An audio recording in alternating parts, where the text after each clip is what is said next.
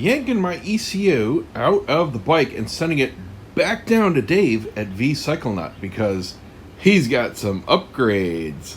A year ago when I took my bike down to him, I was the first one ever to get the ECU flashed on this 17. Spent the day on the dyno with him so he could tweak the software, crack the code like he needed to.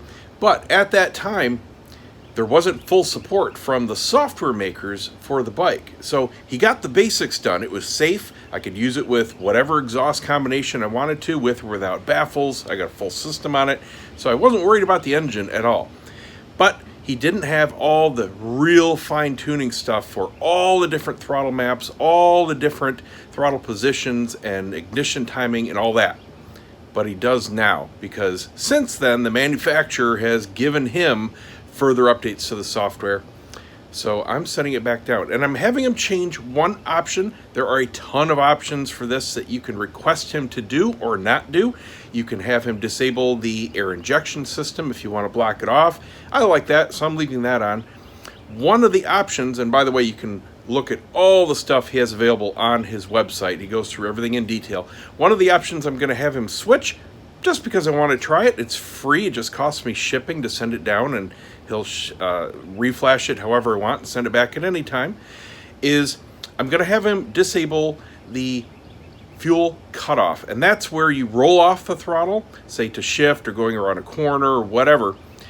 The bike, by default, since I believe 2007, somewhere right around there, manufacturers will cut the fuel when you roll off the throttle.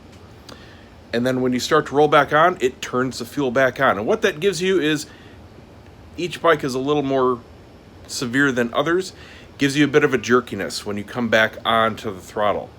As opposed to prior years or carbs where you can roll on and off all day long and it's super butter smooth.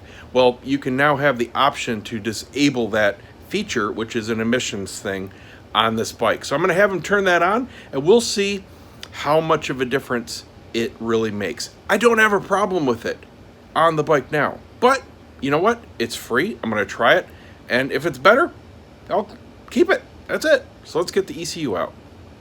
Seat off, up on a rear stand. Got a bunch of crap in the garage because I'm in the middle of a huge landscaping job, and should be their last day, but they got a whole bunch of stuff stored in here right now. So we need to tilt the tank to get access to the ECU, which is on top of the air box. We're going to start by taking off the fake plastic air scoops. We've got one bolt here and then two quick connects. One up top right here and then the very bottommost one. Take these covers off. Then we need to take off this center plastic piece, two quick connects here.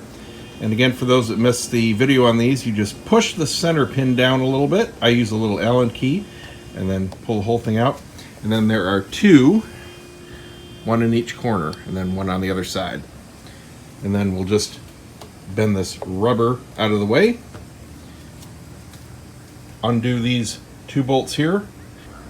Now we can remove the two front side bolts for the tank. Now if you need a helping hand, just get somebody to do one of these for you. All we have to do is lift this up a little bit, and there's our ECU. Just unplug them, the two connections right there, and slide it out. Don't have to remove the tank or anything like that just for this. And then we ship it off. And now back it goes. He does have very specific shipping recommendations. He suggests a small priority mailbox, well padded. And here we are just a couple days later. He reflashed it, got it back out the next day. Let's put it back on the bike. Everything looks good.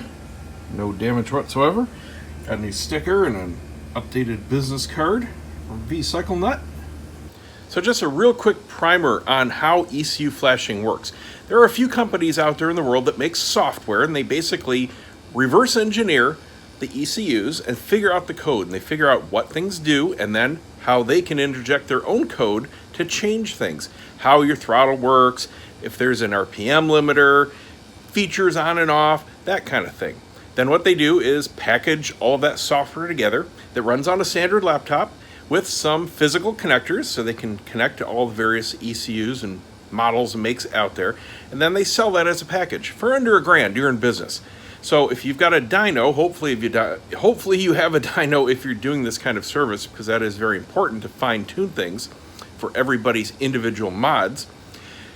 You get this package and you're in business. Now, all they require is a license per ECU. So me, Joe Schmo customer, comes in. He has already bought the software and the package and all that good stuff. He's put in the time to figure out how to use it. He's bought a license pack, so he's got basically a serial number. He assigns it to my ECU, and that allows the software to interface and reflash as I see fit. And that code, basically, that license, is good for an unlimited number of changes. So like now, if I want to make any kind of changes I want in the future, I can send it back and it just costs me shipping. No big deal. I'm, under $10, who cares? So what I had him do is just general updates, because like I said, when I brought this in, I was the first in the world to have it done, and they didn't quite have the software fully cracked. They had the basics done, but not all the fine tuning stuff. So all of that is now baked in here, and I had him turn off the fuel cut disable.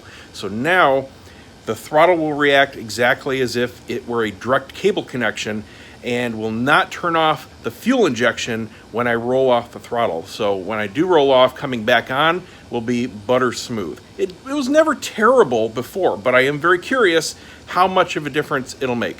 So let's get this back in, hit the road, and I'll tell you all about it, what I notice. Well, we've got power. That's a good thing. And it starts. Even better.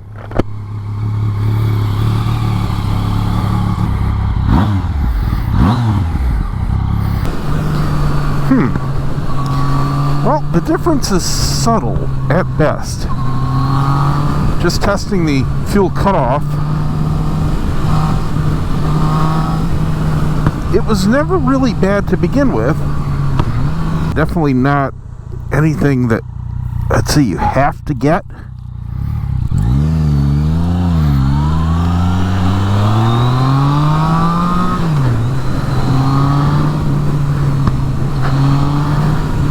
Okay, where I notice it the most, and it's still a tiny, tiny difference, is when I roll completely off the throttle. If I jump back on it, it still has that lurch, of course. It's got a ton of torque. But if I slowly roll on it from zero, it's not quite as jerky as it was before. It wasn't terrible before, though.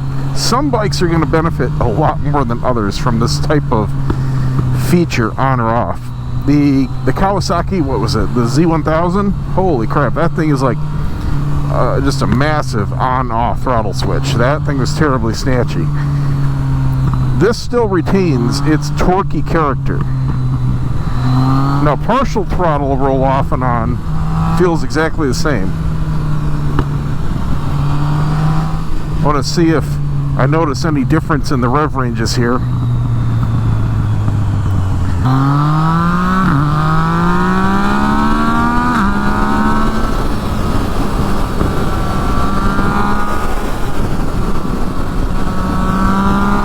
Maybe a little bit smoother power in the upper mid-range. Again, nothing dramatic. It feels a little more linear. But again, nothing day and night. Nothing where I feel like I was missing out on anything, not having this update.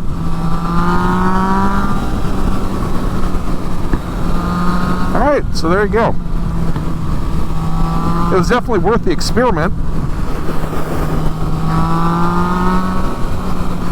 But if you were wondering if, hey, you definitely need to get throttle cut off, the answer is it doesn't really matter that much.